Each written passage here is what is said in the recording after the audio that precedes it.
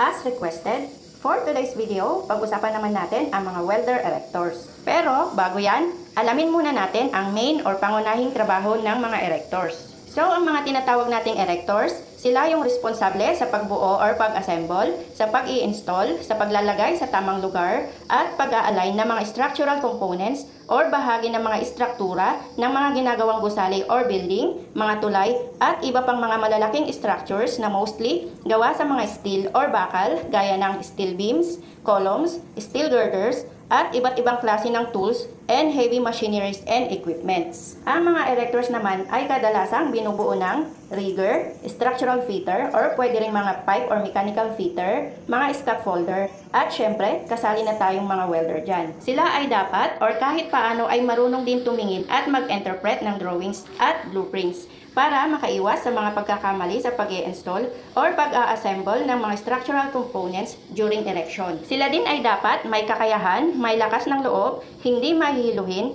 at walang takot umakyat at magtrabaho sa mga matataas na lugar since ang trabaho nila ay madalas nasa matataas na lugar din.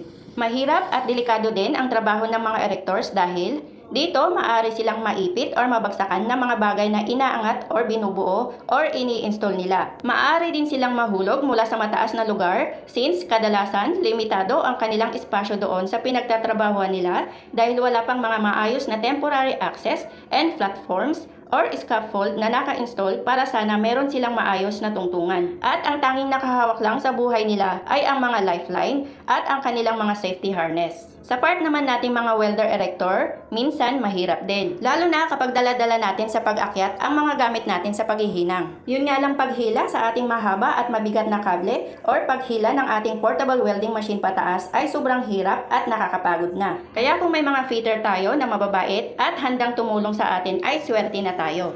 Although when it comes to safety, bawal talaga ang mag-erect kapag wala pang mga temporary platforms or scaffold na naka-install para sa temporary na tungtungan ng mga erectors. Pero may mga instances or pagkakataon din naman na wala talaga ang mga ito, lalo na kung makakaabala ito during erection. Kaya minsan wala talagang sapat at maayos na tungtungan ang mga erectors maliban doon sa mga beams or columns na una nang nakatayo or nakakabit. Kaya minsan naghihinang din tayo na nakaupo or nakaapak na lang doon sa bakal kung saan dinidikit or ikinakabit natin yung ini-erect natin. Which kung minsan, nakakaranas din tayo ng pangunguryente dahil sa naka-direct contact tayo sa bakal na hinihinang natin. Na kung tutuusin naman ay unsafe talaga. At dahil maselan at delikado ang mga bagay na ini-erect at ikinakabit natin, ang isang welder erector ay dapat may sapat ding kaalaman sa paghihinang. Dahil although during erection,